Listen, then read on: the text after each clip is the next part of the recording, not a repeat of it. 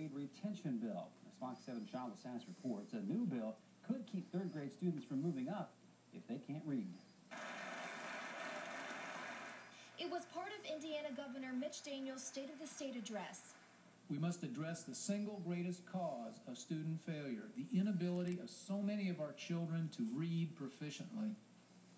If a school accomplishes nothing else in a child's decisive first years, it simply must enable him or her to read and comprehend the English language. If you're going to be an effective communicator, you have to know how to speak and write correctly. The legislation says most third graders will be held back if they are not reading at a third grade level. Belinda Stubbs is the director of EVSC's Title I elementary schools. She agrees with the importance of teaching students how to read, but she also believes schools will have to give more intensive instruction to some students. I think that all of us can agree that learning how to read is paramount for student success.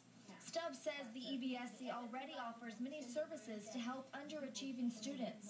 I think what we're looking for is perhaps more flexibility and being able to support students who are struggling readers. The Indiana Department of Education says 24% of third graders fail the reading portion of the I-STEP test. Sending an illiterate child on to higher grades is unfair to the next teacher, damaging to our state's future, but cruelest of all, disastrous to the young life being blighted by that failure. It's that moment when that light bulb clicks on, when the child's eyes light up, and suddenly that child who was struggling in learning that concept or learning how to read looks up at you and they got it. Stubbs says the EVSC performs early reading assessments 3 times a year, so teachers can use that information to group students for instruction and to help them become proficient readers and hopefully move on to the next grade. In Evansville, Shawn, Fox 7 News.